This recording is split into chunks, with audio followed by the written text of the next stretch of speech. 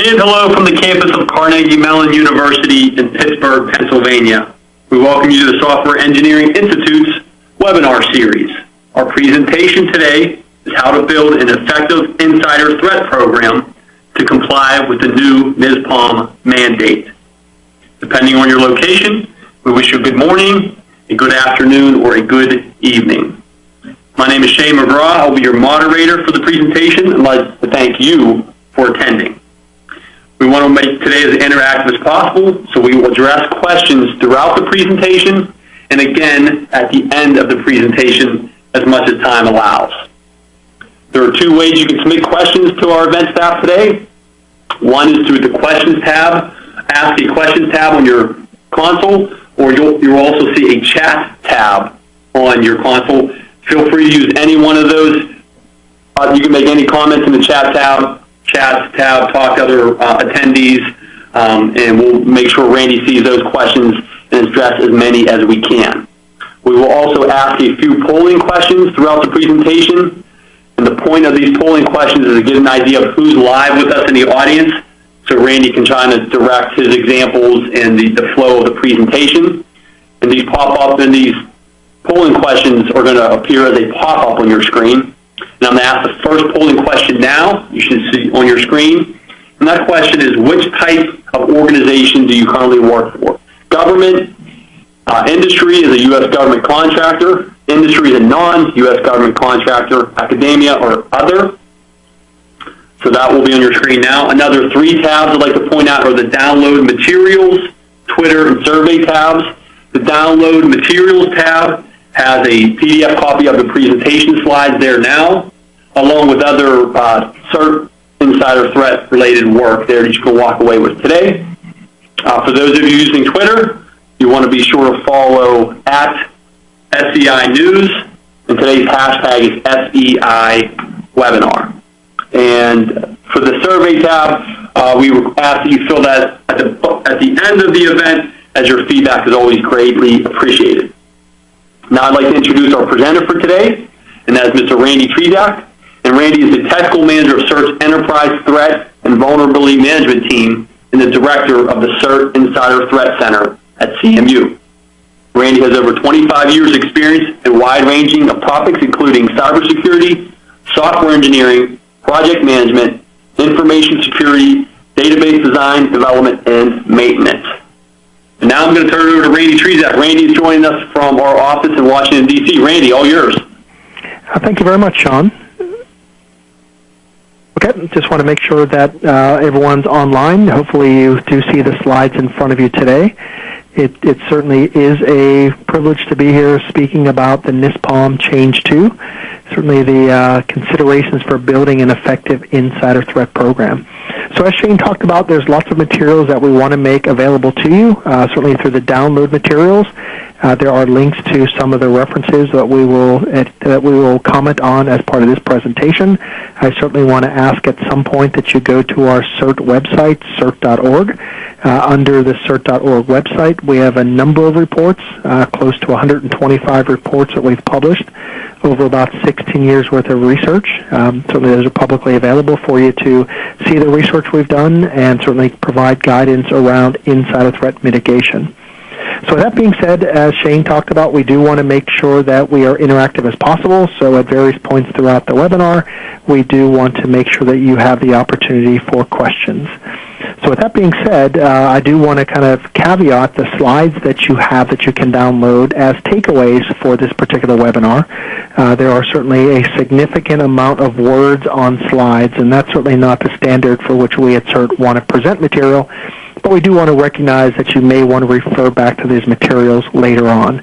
So as we go through the slides, we'll intentionally highlight some of the words, some of the terminology that should be of concern to you as an organization trying to build insider threat programs, and then certainly use this as a reference coming back to at some point at the future. So that being said, yes. Randy, I just want to chime in real quick with the results of our polling question for you. Please do, Shane. Yep. So we got 19% government, 43% U.S. government contractor and industry, 19% non-U.S. government contractor, 5% academia, and 14% other. Okay.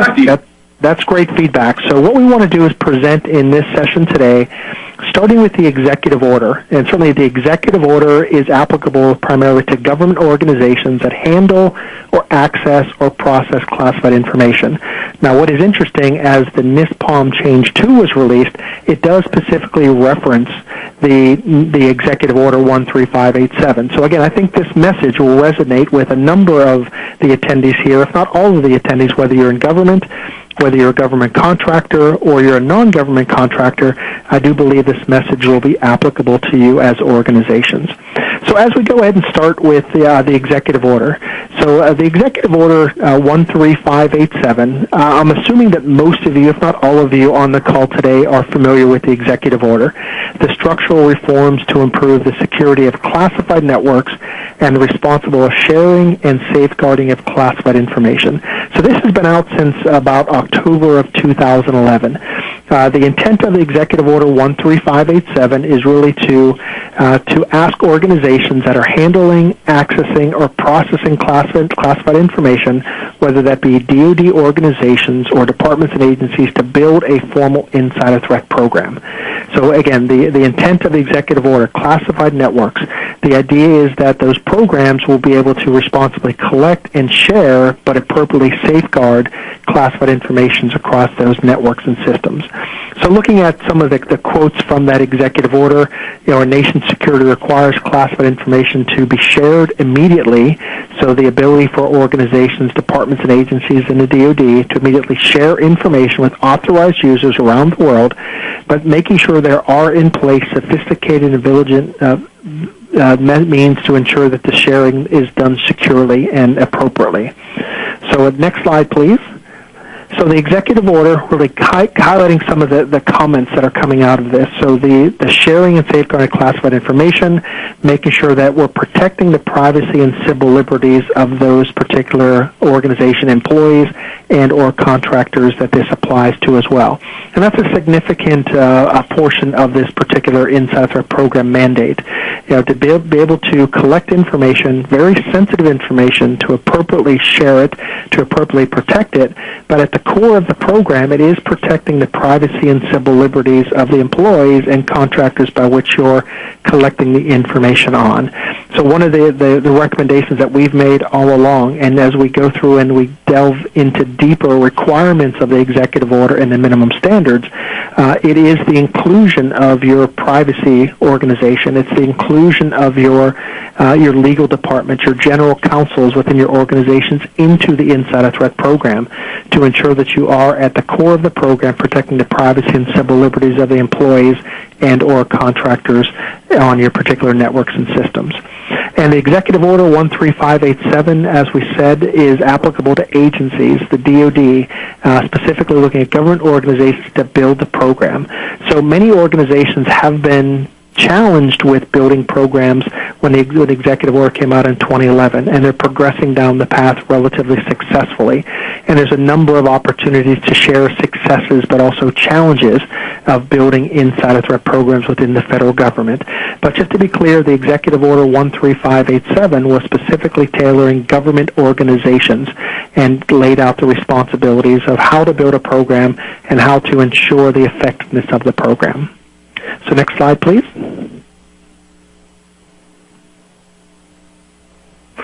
So in terms of the executive order, one of the first things that the executive order stood up was the requirement to implement a policy structure around the program. The idea is that there does need to be more than just a tool or a technology that is the program itself. The executive order lays out the requirement to build the policies, the governance structure, and the creation of the National Insider Threat Task Force, which laid out the minimum standards on how you will do information security as well as personnel security in relation to the insider threat program.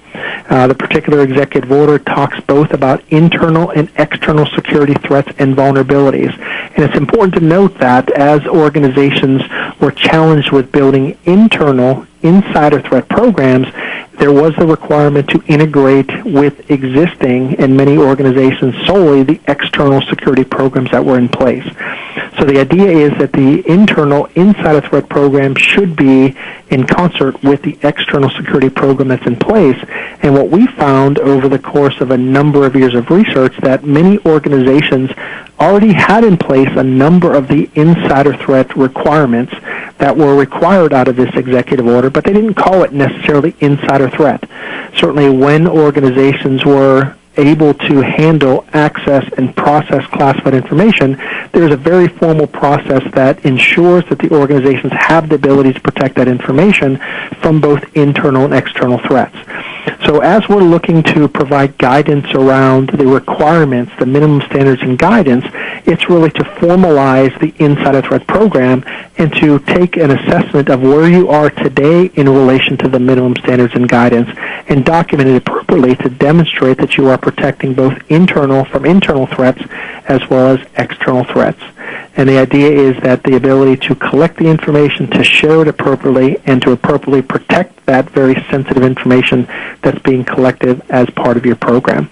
So again, I'm hopeful that most of you were familiar or are familiar with Executive Order 13587. And the reason we spent a couple of slides talking about it is that when we get to the NISPOM Change 2, it says that contractors must build a program consistent with the requirements in Executive Order 13587.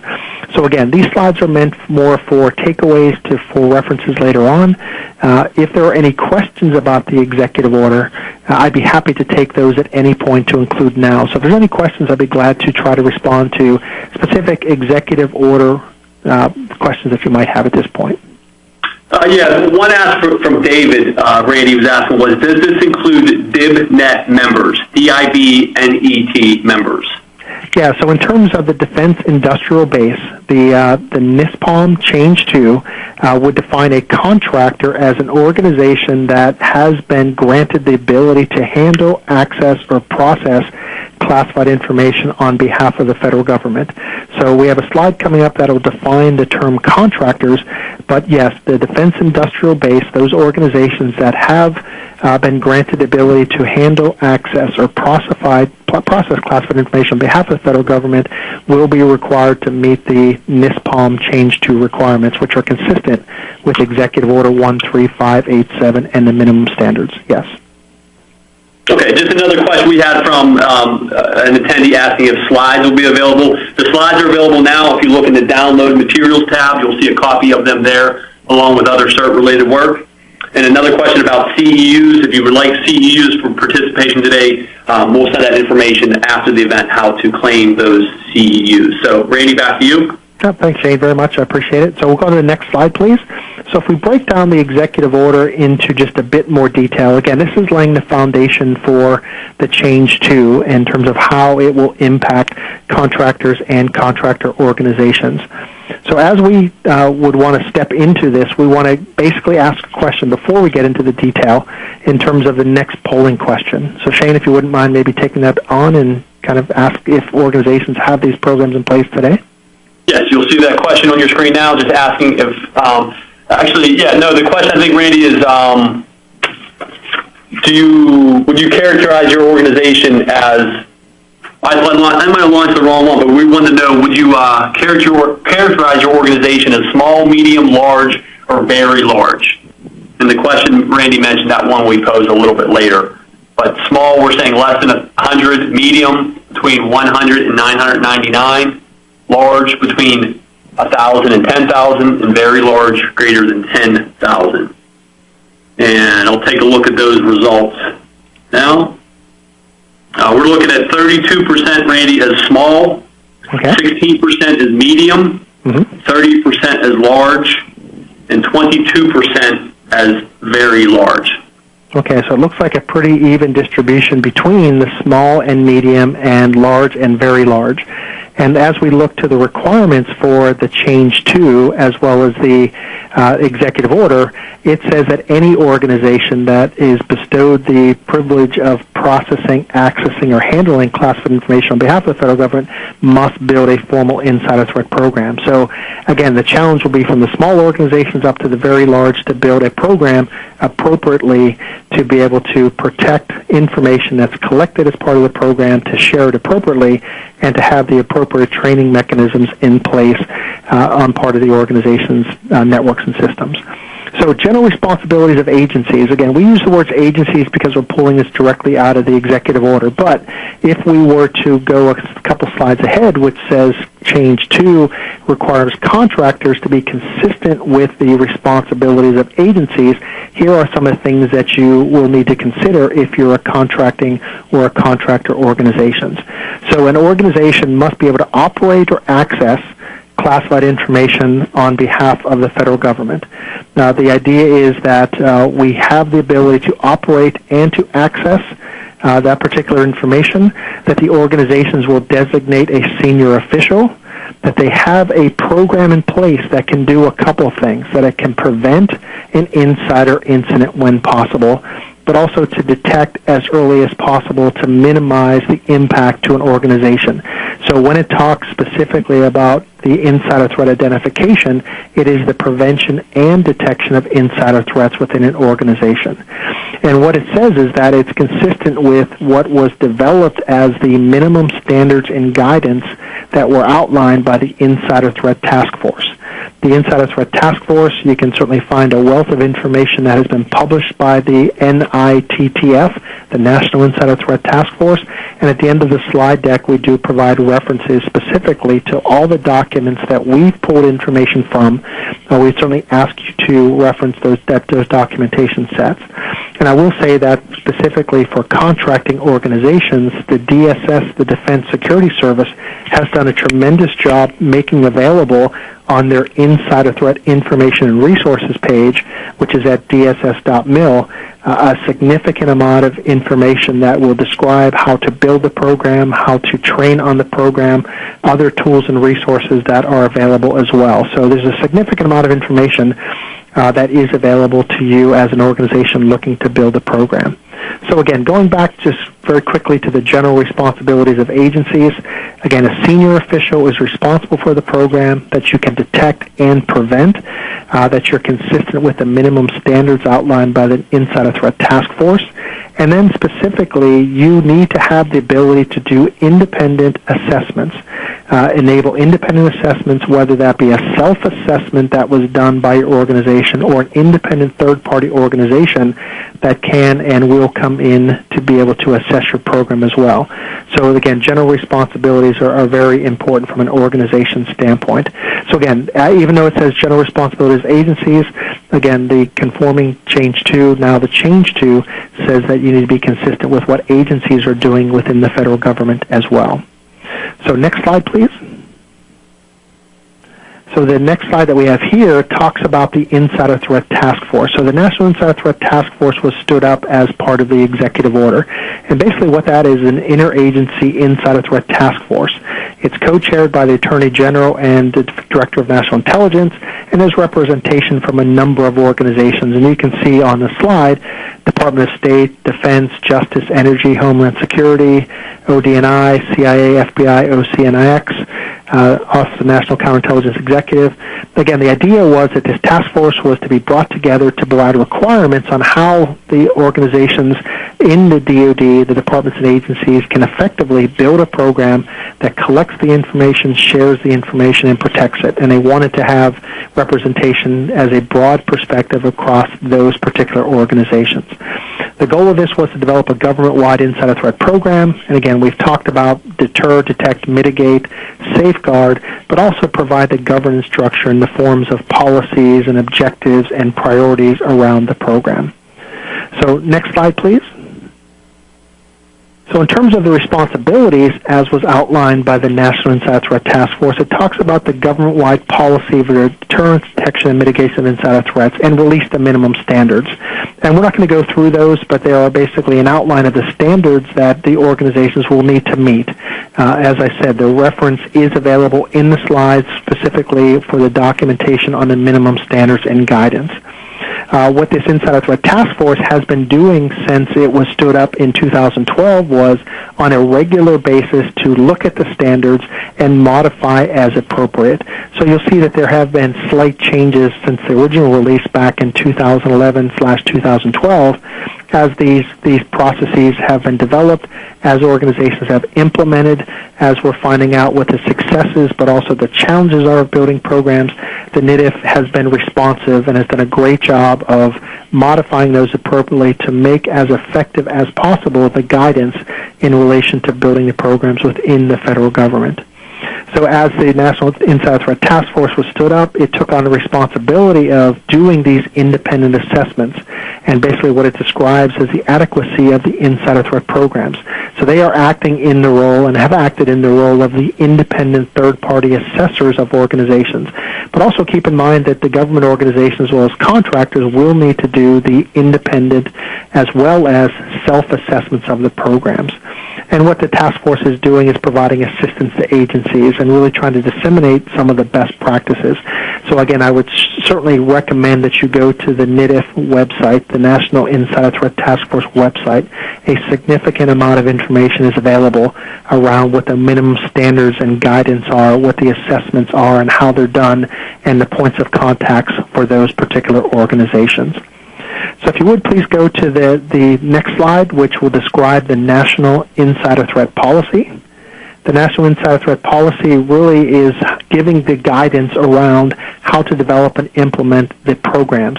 And again, we're highlighting some of the key words being protecting or to not erode the civil liberties or civil rights and privacy protections. So again, these documentation sets are publicly available. This was issued in November of 2012. Key points being protecting, do not erode the civil liberties, civil rights, and privacy protections for government employees. So again, keeping in mind, if you haven't seen it so far, the need to involve your general counsel early on to ensure that those civil liberties, civil rights, and privacy protections are in place. And then as we wrap up the National Insider Threat Policy on the next slide, the idea is that it specifically says that the branch departments and agencies, again, this was the original executive order, branch departments and agencies, but translate this to contractors as well, that you'll need to be able to establish, implement, monitor, and report on the effectiveness of the insider threat programs. Again, really the idea is to protect the classified national security information.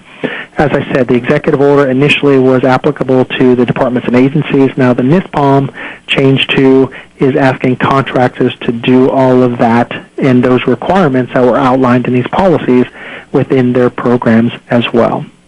So with that being said, before we jump specifically into the NISPOM Change 2, I do again want to just take an opportunity to ask if there are any questions. Anything about generally the National Insider Threat Policy, the National Insider Threat Task Force, the executive order. And again, we highlighted some of the things that NISPOM Change 2 will refer to, and we'll kind of call those out specifically as it relates to the contracting organizations. Sure. So a couple of questions, Randy. One from Andrew asking, what is considered a senior official? So it's somewhat nebulous in terms of the wording, in terms of a senior official. The intent of the designation of a senior official is to designate someone in your organization with the responsibility, with the authority to be able to require participation enterprise-wide across your organization and has the ability to influence resources that will be dedicated to the program. So they didn't want to specifically say that it's a specific title or a specific role or a particular box on an organization chart. They are leaving it up to an organization to establish that senior official, but the intent of the senior official designation is someone with the authority to require participation and has the ability to influence and require participation in the program, as well as to be able to devote resources to that. So there is some flexibility across, particularly when we go to contracting organizations in relation to the departments and agencies and the DoD. Someone high enough on an org chart to be able to require participation, in my opinion, is the intent of a senior designated official. Okay, next one from Frank asking, how does Executive Order 13587 affect cleared facilities that do not have access to classified systems only supply cleared individuals? So that's a great question, and I think we will address that on the next slide coming up. So if you want to hang on for that, the next couple slides we'll try to address those specifically by pulling the wording out of the change too. So if we don't answer that appropriately in the next couple slides, we'll readdress that question to make sure that we do try to answer that appropriately. Great. So we have one attendee that's having audio issues, so he or she is engaging us through the chat. So I'm going to respond to the chat once I get an answer from you, and I think the answer is just in NISPOM, but I'm going to ask it and let you respond. It says, I've heard that there is a requirement that, it starts off with, I've heard that there was a requirement that components establish their insider threat programs no later than December 31st, 2016. Apparently this requirement was published in May 2015. However, I cannot locate that policy that states this. Do you know that official title and where they can locate it for their organization? So I will answer that specifically. We do have a slide coming up here in the next couple minutes, or the next couple of slides that are coming up specifically, that the NISPOM Change 2 will require that contracting organizations that they must have a written plan in place to begin implementing insider threat requirements no later than November 30th, 2016. So as it relates to contractors, as was pulled out of Change 2, contractors must have the written plan in place to begin implementation of insider threat requirements no later than November 30th, 2016. So again, so if I type in NISPOM, that will show up, get her to the document, Randy? Yeah, actually, yeah. One of the things that I do want to call your attention to is one of the links at the end of this, which will pull up, specifically goes to the DSS website, the Insider Threat Industrial Security Letter for insider threats. Specifically, ask them organizations to comply with that particular date. So the Insider Threat Industrial Security Letter, DSS, and/or NISPOM will give that specific guidance. Great. And then just the last question that will catch us up here, and someone else responded in the chat, just someone saying, I'm new to the FSO role and have never written a policy. Are there any sample templates on formatting? And someone replied with the DTEC website. Are you familiar with anything else, or is that what you would lead them as well? Yeah, I would certainly point them to that website. I would also recommend there are a number of training opportunities, including DSS, but also CERT has training specifically on an insider threat program manager. We offer a certificate program, and as part of that, we have an implementation and operations course. In that, we do walk attendees through how to build the necessary policies and procedures, the concept of operations, the communication plans, those types of documentation as well. So we're not the only one, but we can certainly help with that if organizations need help with that.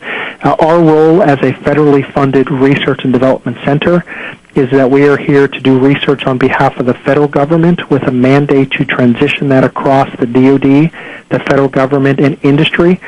So again, we are entrusted by the Department of Defense to be a trusted third-party broker of information, but also research and training. So if we can help at all with that in terms of the process, we, as our policy states, cannot compete with contractors.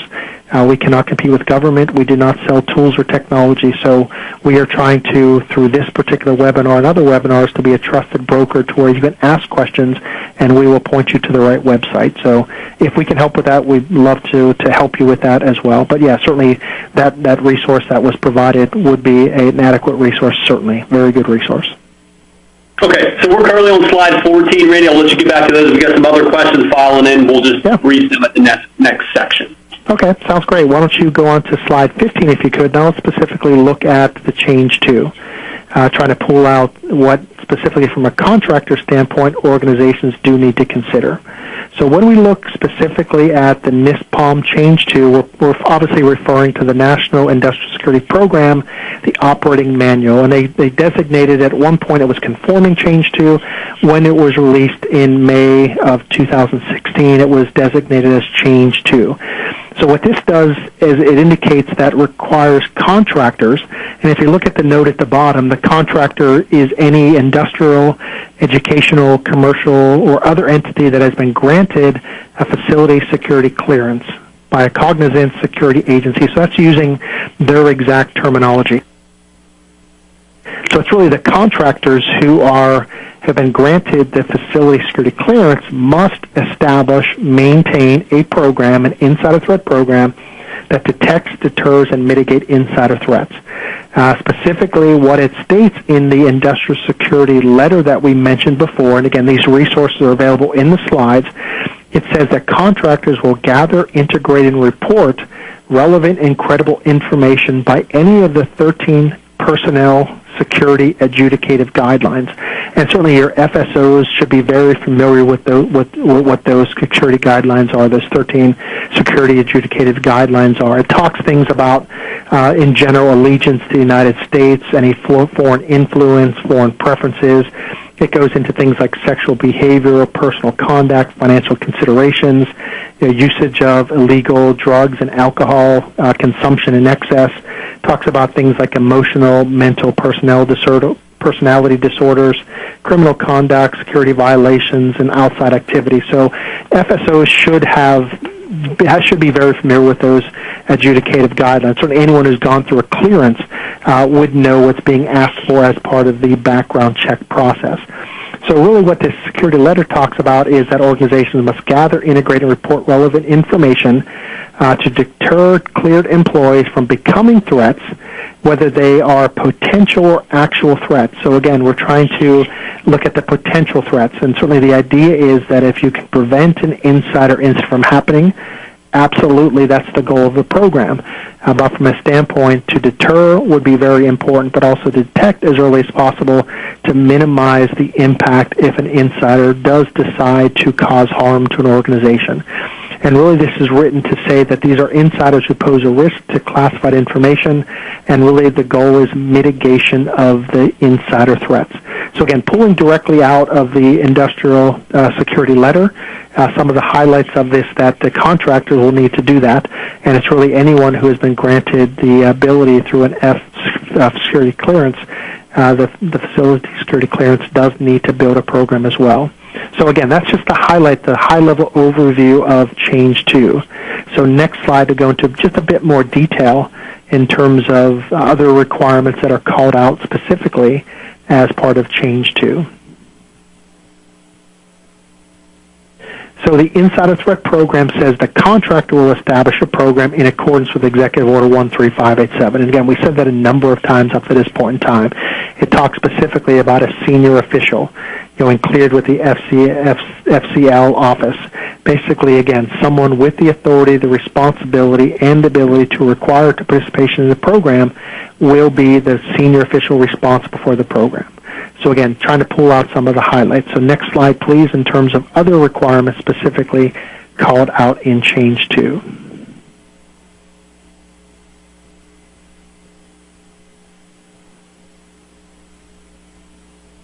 And I'm just trying to make sure that we're consistent with what you see and what we're talking about, not to get too far ahead of myself. So in terms of the other requirements, it says specifically that the contractor will have insider threat training. And we do want to call out that there's two differentiations in the training that's required.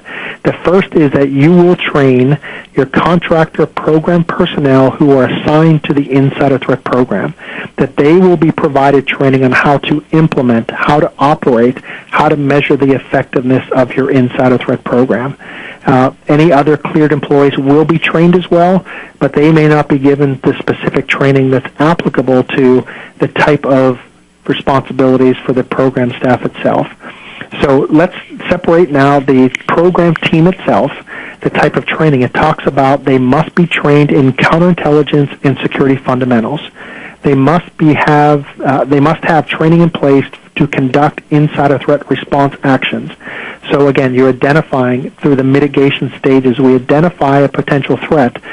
Those particular insider threat program team members must be trained on how to do the response actions. It talks specifically about the ability for organizations to develop the thresholds for inquiries, the thresholds for inquiring escalation to investigations up to include external law enforcement integration as well. So in terms of the response actions, it does require the program team members to be trained in those particular concepts. The idea is that you need to adhere to federal, state, and local laws and regulations, and that does need to be part of their training as well, keeping in mind, as the change came out and as it was consistent with the executive order, the protection of the privacy and civil liberties of your employees that you're doing the monitoring strategies on. And certainly the ability from an applicable standpoint, applicable legal, civil liberties, and privacy policies. So this is the training that is required for your insider threat program teams. These are the people that are doing your inquiries, your investigations, including law enforcement and possible prosecution at any point in time. It does talk about specific training for the insider threat program team itself. And to differentiate that on the next slide, insider threat training is required for all cleared employees. So anyone with a clearance is required on a regular basis, which is annually, they must be provided insider threat awareness training. So one of the things that we do want to certainly raise awareness to is that could be and should be incorporated into your regular security awareness training.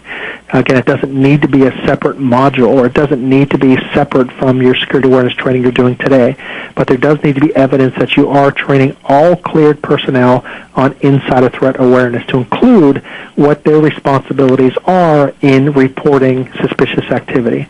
Now, as it's outlined in the change, it could either be in-person or computer-based, but it does need to be done within 30 days of initial employment or prior to being granted access to classified information. So there is some time components to granting people access to classified information, and it does need to be done on an annual basis.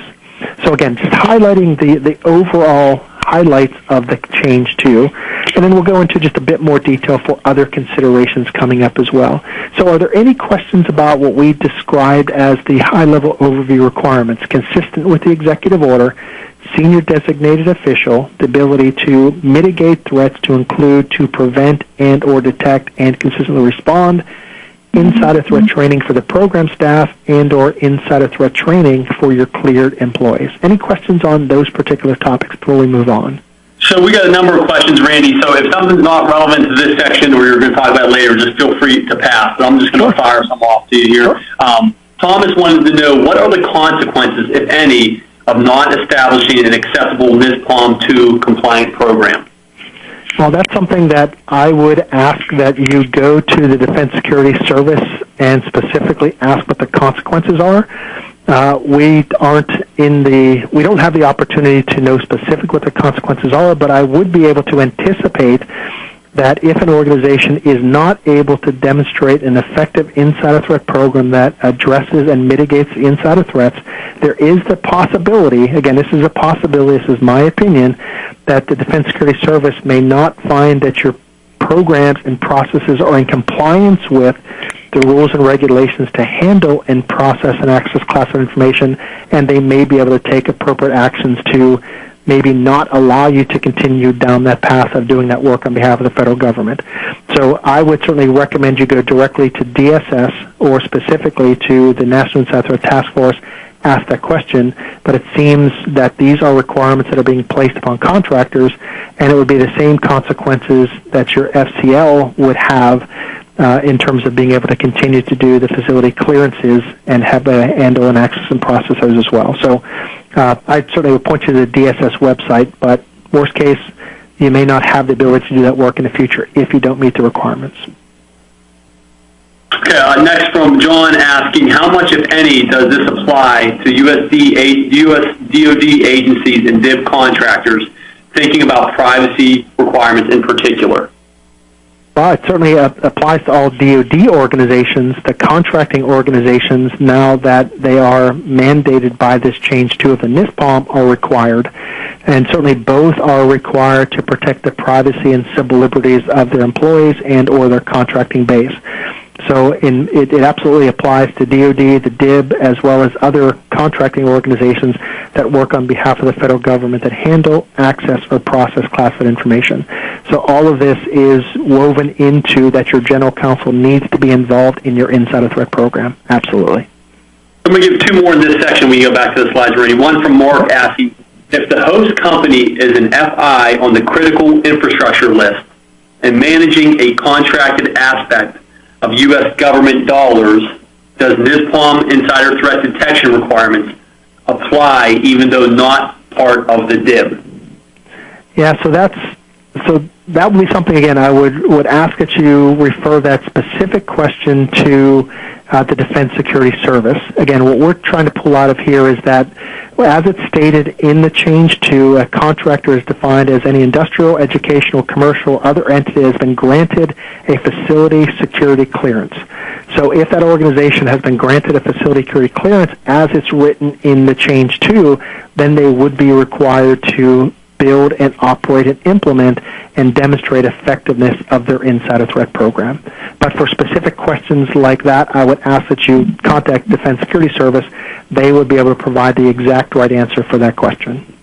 This might be the same answer too, but from Michael asking, is it true that the NITTF will expand insider threat authority from only involving classified into issues such as workplace violence and suicide? Well, that's something, again, I would ask that you refer directly to the National Insider Threat Task Force. I do know that as we as CERT, not commenting specifically on the NITF and or the executive order, but we have done a significant amount of work across the DoD, government organizations, to help them to build insider threat programs, and many of those programs are trying to address both the cyber and physical threats that could be posed by insiders as well. Now, whether that becomes a mandate, I don't want to speculate on what the NITF will do or should do, but I will tell you that a number of organizations are trying to address both, and both the physical and cyber as well. Okay. And just actually one more quick one from Joel asking.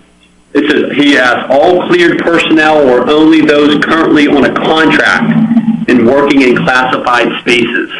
As it's written now, it's all cleared personnel. It's anyone with a clearance will have the ability to access classified information, do need to be part of the insider threat program training, whether you're assigned to a project or not. So it's going to be part of the mandate to hold a clearance, that they need to be part of security awareness training today, and that security awareness training does need to include at least some information on the insider threat program and their responsibilities. Okay, so we're on slide 18. Back to you, Randy. Okay, slide 18, I think we're getting to the point where we go on to the next slide. The next slide is a polling question. If you wouldn't mind taking that, Shane, and going to the next polling question. Okay, and that question is launched now, and that's the one where we ask, do you currently have an insider threat program in place? And we'll let them vote, Randy, and we'll turn it back to you. Okay, that sounds good. So while we're asking that question and collecting results, let's go on to the next slide. So the next slide that we're going to talk about now specifically is, well, what does this mean to you? What does this mean to you if you're a contracting organization? So as we mentioned before, that as it's written in the industrial security letter, contractors must have a written plan in place to begin implementing insider threat program requirements no later than November 30th, 2016. So that's pulled directly out of the letter, which is available on the DSS website. So next slide. So let's break this down in just a bit more detail, things that are called out in the requirements that are changed to and or the minimum standards and guidance. So as we said, the insider threat program must have a senior official, that you must establish and maintain a program that we already talked about, which gathers, integrates, and reports information. But here's what I do want to call out here, the type of information that's being requested. So you'll notice here that it specifically calls out information from human resources, information from security. Again, most of the time that's a corporate security, industrial security, information assurance, legal, as well as counterintelligence, about potential and or actual insider threats. So you'll notice that it is more than just your information technology department and unit providing information into the program. It is trying to develop this enterprise-wide program that is pulling the technical information but also the behavioral information into one central place to allow analysis on the risk indicators or potential risk indicators that are more than just information technology. So other requirements or considerations for your program, that you need to have procedures to access, share, identify, collaborate across the contractor organization. So here's where I just want to call something out as well. Collaborate across the contractor organization, which goes to the fourth bullet as well, in that the programs does need to be addressing all cleared facility locations owned and operated by the contractor. So if you have multiple sites, that needs to be the consideration in your insider threat program as well. So all sites that needs to have across contracting organizations to be able to report information related to those guidelines we've talked about before. So some considerations as you build your program on slide 1 of the insider threat program requirements. Shane, if you would go to slide number 2 then, insider threat program requirements, slide 2, other things to consider as you're building your particular program. We're on slide 22. So perform yearly self-inspections, we talked about that, and have the ability to certify that with Defense Security Service. So self-inspections, but also independent third-party assessments of the insider threat program. You also need to have the ability to develop a system or process to identify and report patterns of negligence and carelessness. So again, you're most likely doing that today, but now that this is being formalized into the insider threat program, where you have things like security violations, that needs to be included in this as well. And again, many of your organizations are doing these things today, but again, formalizing this into a consistent way to where you can determine the effectiveness of this through self-inspections and or independent third-party assessments, a critical component of this. We talked about training already. All members of the Contractors program team, the Insider Threat program team, must be provided training within 30 days of joining the program team. So that's the Insider Threat program team. They need to have the specific training. So next slide, the Insider Threat program requirements, slide 3. Okay, specifically calling out the other considerations of the programs. Insider threat awareness training, we've talked about that as well on a yearly basis within 30 days of being granted access to information, and it will be granted a clearance. And then specifically the last couple bullets, implement the DSS provided information security controls on classified information systems. Again, the idea is, again, go out to the website, the DSS website. Again, they have a great website, specifically the Industrial Security Threat Information Resources page. It does provide toolkits that allows you to try to provide the mitigation in terms of detection and or mitigation of insider threat behavior. And then finally, the last bullet on slide 3 of the program requirements, establish an oversight mechanism to ensure proper handling and use of information collected through the program. So here's where governance is very important. The ability to demonstrate that you have the ability to collect the data but safeguard it, and we have oversight to make sure there isn't misuse of the information, but also there's appropriate protections of the information as well. So the final requirement slide we have here, which will be slide 24. If you go to the next slide, please. I do believe we have 2 final considerations for building the insider threat program. Establish procedures process for insider threat response. So again, you need to have a specific response plan that's clearly documented when an insider incident occurs. What's the consistent way you're going to respond to insider incidents? Now, some organizations have implemented that as a separate response plan. Others have implemented as part of their overall incident response plan, but they differentiate between an internal incident and an external incident. So again, you need to have specific guidelines that are consistently followed for when an insider is identified, but also an insider incident occurs, with the goal of as efficient recovery and resiliency built into the program so we can recover as quick as possible to minimize the impact to the organization. And then finally, the last consideration, develop a process to document each insider inquiry, investigation, or remediation.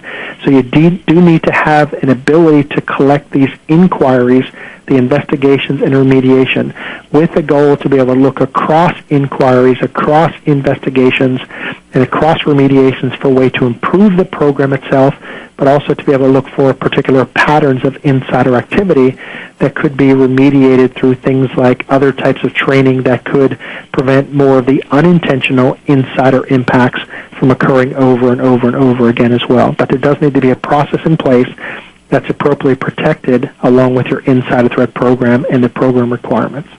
So any questions about the insider threat program requirements in general? Again, I certainly request that you go specifically and look at the NISPOM specifically, look at Change 2, look at the Industrial Security Letter, look at the minimum standards and guidance for complete requirements. But what I want to try to do is to try to do in this webinar just a high-level overview of some of the considerations for building the programs, but also high-level requirements for the program as well.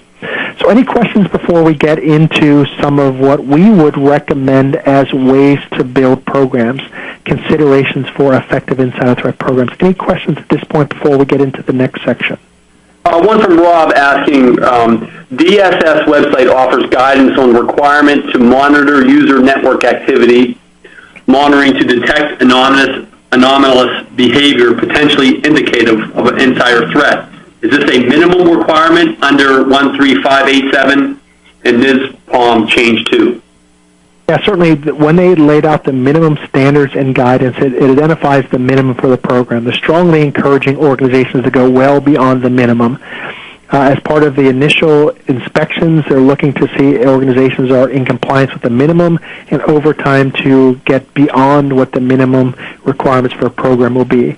So when the toolkit was released, it certainly goes beyond the minimum, and it will be up to you to work with the DSS to see which of those would get you to a minimum, which one will get you beyond. So I would certainly recommend what is available on the DSS website to implement as applicably as possible within your organization, and certainly work with DSS as part of your inspection process to adhere and to ensure that you're meeting the minimum, but going well beyond the minimum standards at some point in time.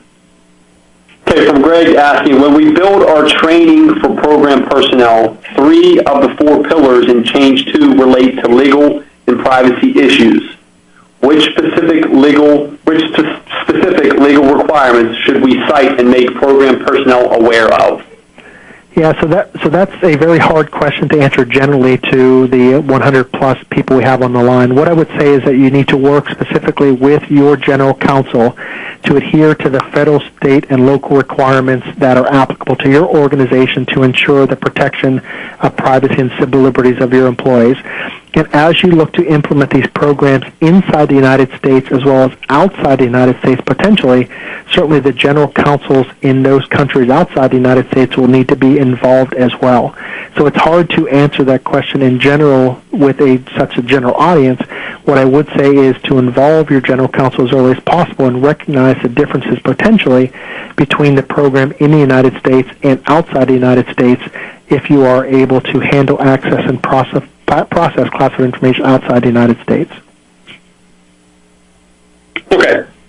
So we can get back to your slides. We got more questions, Randy, but we'll let you finish up this section and try to tap them at the end. Yeah, that sounds good. Again, we're approaching the end of our session. I would certainly want to welcome you to reach out to us at any point in time later on. We'll be happy to provide what we can in terms of publicly available information. So the next section is what we've developed, what we've produced, what we've made publicly available. The first slide we'll talk about is the goal for an insider threat program. What we try to do in the next slide is to talk about a program. Looking at the slide here, we see a continuum from when an employee is hired to the time that a small few of them go on to commit damage. Along the bottom of the slide, we have what we think are the potential technical indicators. Those are the things that your IT department could be pulling out of existing tools and technologies.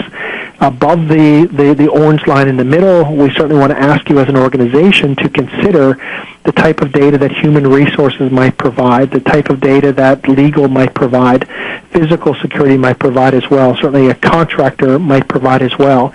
So as you look to build a program, it does need to be more than a tool or a technology, but I will say that as you're looking to build a program, you need to automate this to the greatest extent possible.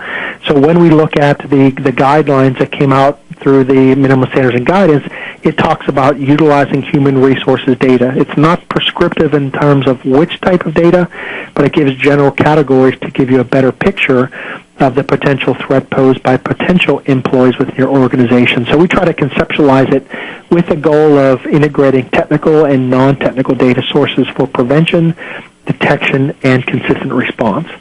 So if you would go to the next slide, slide 27. I want to talk specifically about what you can do from an anomaly detection standpoint. So some considerations from building a program. So next slide, please. Next slide, anomaly detection. So some of the things you may want to consider from an anomaly detection standpoint. Again, many of your organizations are doing this today, but at the heart of this, you need to be able to determine what is normal behavior in your organization.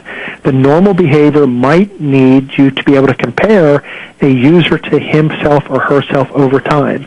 So would you know if someone's doing something outside of their normal day-to-day operations? If not, you might want to consider implementing user-based baselining of behavior. But also, in addition, consider role-based. So if a user has the ability to be compared against other users in their same role or group, that might help with your anomaly detection process. But also pattern-based. Are there things that are pattern-based that could identify anomalous activity? And then threshold-based. If someone's doing something above the average or below the average or in relation to their activities, there could be threshold-based anomaly detection in terms of baselining. So just some considerations on the type of baselining you could do. The next slide, please.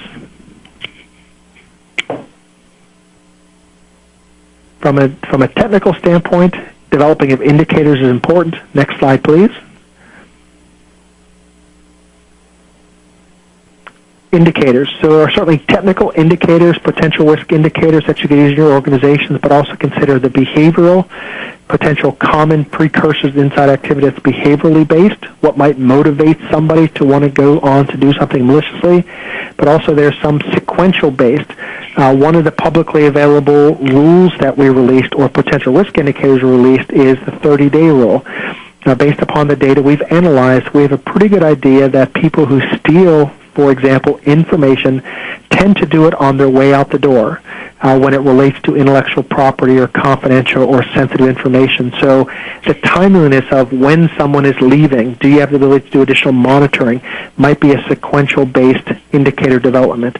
But also stimulus and or job roles, are you able to monitor when people are impacted by certain events and actions and conditions within an organization, such as layoffs and or mergers or acquisitions or downsizing or ways that people might be motivated because of organization actions and or events and conditions. And certainly all this is tied into the ability to weight, specifically identifying some risk indicators are a higher weight than others.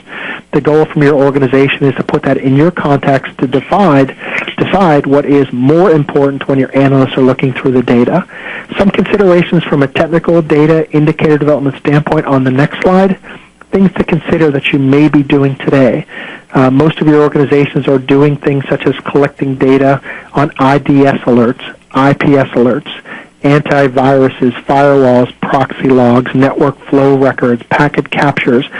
So again, we're just trying to provide a little more specificity in terms of what the minimum standards and guidance are of what you might consider as a potential data source. So next slide, please. Other things you might want to consider from type of tools that may be available to you would be things like user activity monitoring, the ability to refer to the technical capability to observe and record the actions and activities. Again, pull specifically out of the NISPOM guidelines. Do you have the ability or the need to do user activity monitoring? Again, it might be the starting point of the core of your Insider Threat Data Analytic Hub. Next slide, please. Things that you might want to consider moving away from technical to more of the behavioral. Some of the potential behavioral data on the next slide you may want to consider. The human resource management system, when events and actions are entered into an HRM system. That might be part of the data you collect, or a help desk system, or a physical access log system, phone logs, personnel security systems, foreign travel, financial systems. Again, the minimum standards aren't specific, but they do give guidance. What we're trying to do is to give you some options or considerations for the potential data. And then finally, the minimum standards describe the creation of what is called a data analytic hub, an ability to collect data from across your organization. What we want to try to provide in this notional slide is here, recognizing that there is going to be one central place to collect the data, and across the bottom of the slide are what we are calling the local insider threat working groups. So if you have specific sites that might be able to provide specific risk indicators that's applicable to a particular site. Think about the three colors that we have here. There could be physical data from a site, there could be behavioral data from a site, or information technology data from a site. And if you have, in this example here, 5 different sites, you might be asked to collect 5 different sets of data from those 5 sites that are going to be reported up into one central data collection hub. So again, it does specify in the minimum standards ability to collect data from across the organization. And the next slide, we just want to talk about some potential data sources. Again, we don't have time in this webinar to go through this in great detail, but here are some of the potential data sources that you may want to consider. In this particular chart, we're talking about on the top, which are the technical data sources that you may consider using. The bottom may be the non-technical data sources you may want to consider using. Again, some of these are information technology, some of these are human resources, some of these are physical security, but again, the conforming Change 2, the Change 2 talks about the type of data. It doesn't go into any detail. Each organization may have access to different pieces of data, but in the end, it is recommending the creation of a data analytic capability that pulls together technical data, physical security, human resources data, counterintelligence data into one central place for analysis. So next slide, please. Again, we're just going to wrap this up now in terms of what might be helpful to you. Again, we, as well as other organizations, have developed best practices. We do have a best practice guide, which is available on your download material tab. Our common sense guide to the mitigation of insider threat. This is version 4. We actually have a version 5, which is in our release review process. But as of now, version 4 is publicly available on our website as well as through the downloaded materials. Next slide, please.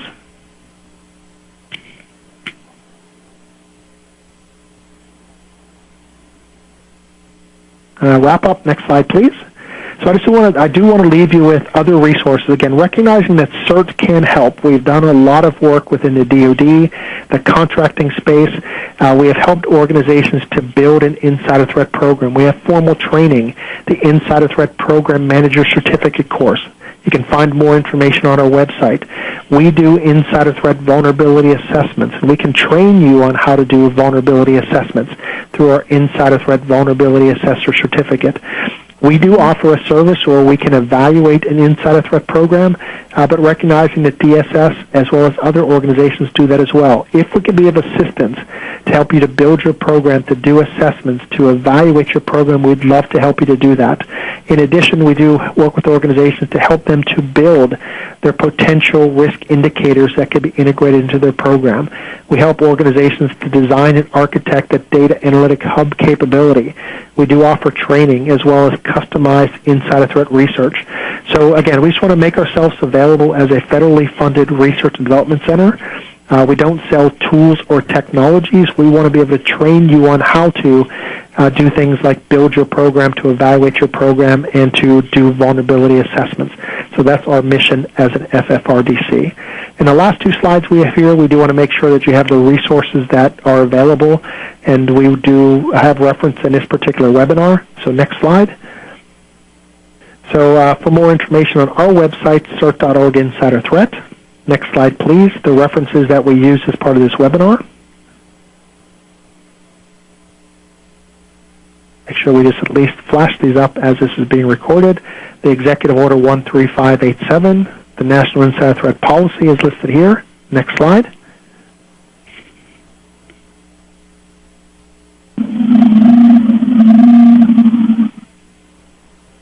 The DoD 5220.22, the National Industrial Security Program Operating Manual, the Industrial Security Threat Information Resources page as part of DSS, the Insider Threat Industrial Security Letter, 13 Personnel Security Executive Guidelines are there as well. So again, you have these resources. Next slide, please. Certainly the downloaded materials as well as the other materials as far as this recorded session will be available after this, and these slides are certainly meant to be takeaways. So with that being said, I'll leave my contact information here, CERT.org. Go to our website. My email address, phone number's there. If we can be of assistance, please let us know. If we can't be of assistance as an FFRDC, our goal is to point you in the right direction to give you the authoritative guidelines that you can use to build an effective insider threat program. So I appreciate your time. I recognize we're about 3 minutes over our 11:30 stop. Shane, I'd like to turn it back over to you to see where we go from here. Yeah, Randy, thanks for your time today. Good presentation. We got lots of great questions we didn't get to. I'm going to suggest maybe we turn those into a blog post, Randy, if possible. Happy to do that. I'll get them all to you here after the event, and we can answer as many as we can, or like you said, point them in the right direction. So again, thanks everyone for attending. We appreciate you spending the last hour and 3 minutes with us. Just a reminder to fill out that survey upon exiting. Your feedback, as we always appreciate your feedback to make these events better. And I will push the results. I'm seeing someone ask about the results in the last polling question, so I will push those before we get off the air here. And just the last reminder, our next webinar will be next Wednesday, July 13th, and the topic will be data science, what it is and how it can help your company, by Ellie Canal and Brian Lindauer. So you'll get an invite to attend that as well. So I'm going to sign off. Upon sign off, I'm going to go to those poll questions and show the results about who had the insider threat program in place. And thanks everyone again for attending.